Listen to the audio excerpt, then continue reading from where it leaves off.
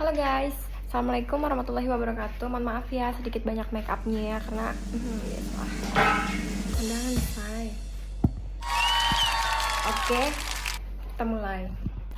Mari kita mulai. Diam sejenak.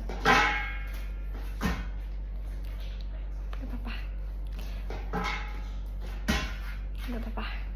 Assalamualaikum warahmatullahi wabarakatuh. Perkenalkan, balik lagi kepada saya, yaitu Najwa Aulia, Prodi Pendidikan Bahasa Sastra Indonesia dengan NIM 2205076031. Oke, kemarin kan aku baru jelasin folklore itu yang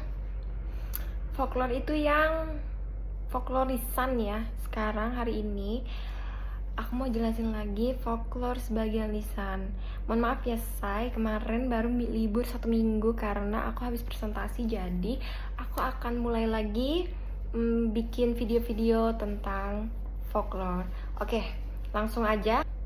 Folklorisan menurut Dananjaya itu bisa diartikan sebagai folklore yang campuran antara unsur lisan dan bukan unsur lisan digabungkan. Contohnya tuh kayak adat istiadat atau upacara rakyat. Itu tuh kan sebagian lisan, sebagian juga bukan lisan gitu. Dan juga ada upacara, tadi kan udah dijelasin, tadi ada upacara, ada juga pesta rakyat, ada juga permainan rakyat, atau apa lagi ya? Ya, teater rakyat atau wayang gitu. Oke, folklore sebagian lisan merupakan campuran antara folklorisan dan folklore bukan lisan. Bentuk lisan dapat dituturkan kayak secara langsung gitu oleh pelaku, dan bukan lisan dapat diartikan sebagai folklore yang bentuknya tuh selain tuturan atau percakapan, misalnya kayak berupa gerakan, melalui kegiatan dan upacara. Folklore sebagian lisan itu mencakup 6 ciri, yaitu bisa melalui tari, bisa melalui adat atau tradisi, atau juga melalui pesta-pesta rakyat, atau permainan atau kuliner rakyat. Itu juga dikatakan sebagai folklore sebagian lisan. Dan juga ada hiburan-hiburan rakyat kayak wayang yang tadi disebutkan, atau juga pentas-pentas seni, atau juga lagu. Itu banyak ya sebagian lisan itu. Dan juga folklore sebagian lisan itu mengandung unsur kepercayaan tahayul gitu. Tahayul adalah kepercayaan oleh orang berpendidikan barat, dianggap sederhana bahkan pandar atau tidak berdasarkan logika, sehingga secara ilmiah tidak dapat dipertanggungjawabkan atau nggak bisa dibuktikan. Nah, contoh-contoh tahayul itu yang berhubungan dengan perjalanan, komunikasi. Misalnya jika ada orang melakukan perjalanan di hutan, bertemu dengan seekor ular dan memotong jalannya, maka perjalanan itu segera dibatalkan karena jika diteruskan itu kepercayaannya akan bakal terjadi kecelakaan begitu. Itu kepercayaan dari Dayak Oddanum, Kalimantan Tengah. Dan juga ada permainan rakyat. Setiap bangsa di dunia pasti mempunyai permainan rakyat. Nah, kegiatan ini termasuk juga folklore karena diperoleh melalui warisan lisan, terutama berlaku pada permainan anak-anak. Karena permainan ini disebarkan hampir murni melalui tradisi lisan, dan banyak diantara disebarluaskan tanpa bantuan siapapun atau orang dewasa.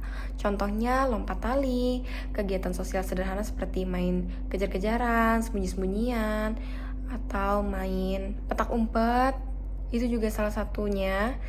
Dan berdasarkan matematika dasar seperti menghitung, dan kecekatan tangan seperti melempar batu ke suatu lubang tertentu.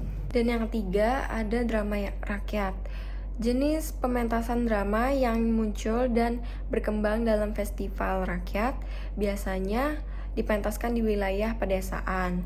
Contohnya wayang pendek, sandiwara, reog, calung, longser, banjet, dan ubruk gitu. Atau juga biasanya kalau ada di Tenggarong itu disebut erau. Mungkin itu juga salah satu dari pesta rakyat ya. Dan ada juga adat atau tradisi. Adat istiadat adalah bentuk budaya yang mewakili norma, nilai, tradisi, dan kebiasaan bersama di suatu kelompok.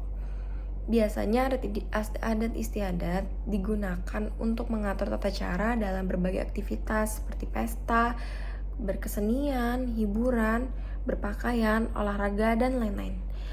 Contohnya tradisi upacara menanam padi, tradisi orang hamil hingga melahirkan, tradisi pernikahan, tradisi khitanan, tradisi membangun rumah atau tradisi ruatan. Jadi tradisi orang hamil hingga melahirkan itu ada acara 7 bulanan gitu kan. Bahkan sampai sekarang masih ada.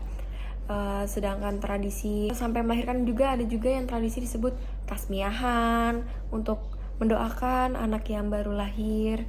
Mungkin tujuannya untuk anaknya sehat, anaknya pintar, atau pokoknya harapan-harapan baik untuk si bayi yang baru lahir tersebut. Dan ada juga pesta-pesta rakyat, sebuah perayaan yang diadakan oleh rakyat untuk mengungkapkan rasa senang, rasa bersyukur, atau sebuah keberhasilan dan mengungkapkan kebahagiaan.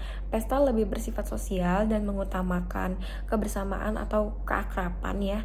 Dalam sebuah pesta rakyat biasanya diadakan oleh masyarakat atau pemerintah sebagai wujud kebersamaan gitu. Contohnya ada pesta rakyat yang bisa dibilang kayak kalau di Samarinda itu yang paling deket pesta-pesta rakyat itu yang ada Kaltim Expo. Juga folklore sebagian lisan itu memiliki manfaat ya guys. Folklore sebagian lisan juga biasa disebut sebagai cara untuk menyampaikan dan menjelaskan nilai-nilai kebudayaan sehingga tetap relevan dan dapat menginspirasi perubahan kreatif. Dengan memanfaatkan folklore sebagian lisan sebagai sarana penyampaian, masyarakat dapat memperkaya narasi budayanya dengan memasukkan elemen-elemen yang bersifat informatif dan kontekstual, gagasan inovatif, nilai-nilai progresif, serta keyakinan dan mendorong pemikiran kreatif dapat diselipkan dalam cerita rakyat, mitos, dongeng yang diwariskan secara lisan. Selain itu, folklore sebagian lisan mampu memainkan peran yang signifikan dalam membentuk identitas budaya yang terus berkembang, sekaligus juga memberi ruang bagi pemikiran dan pembaharuan yang membawa dampak positif di zaman yang terus berubah hingga saat ini. Nah, sekarang kalian udah pada tahu kan folklore sebagian lisan itu apa? Apa perbedaannya dari yang kemarin? Hakikat folklore itu apa? Sekarang ada folklore sebagian lisan. Terus kenapa kita harus tahu folklore itu apa? Karena kita harus melestarikannya guys. Alasan penting mengapa kita harus melestarikan folklore sebagian lisan, karena kita itu satu, untuk mempertahankan identitas budaya. Seperti suku Sunda, saya suku Sunda, itu ada cerita Sangkulirang, itu sebagai ciri khas dari suatu suku tersebut gitu, atau suatu kota tersebut, itu sebagai identitas dari suku atau kota tersebut guys. Mengapa ada cerita Sangkulirang atau ada logat bahasa gitu, itu untuk sebagai ciri khas dari suatu kelompok tertentu gitu. Dan yang kedua, untuk memelihara warisan budaya manusia yang telah ada sejak zaman prasejarah. Dengan mempelajari dan melestarikan folklore, kita menghargai dan menjaga warisan budaya yang telah diterima dari generasi sebelum-sebelumnya hingga saat ini. Dan yang ketiga adalah penghargaan terhadap kreativitas manusia. Mencerminkan kreativitas manusia dalam menyampaikan pengetahuan, pengalaman, nilai-nilai, dan mempelajari folklore ini, kita bisa menghargai, menghormati pencapaian kreatif manusia dalam menyebarluaskan warisan budaya. Dan yang keempat, pembelajaran tentang sejarah dan budaya.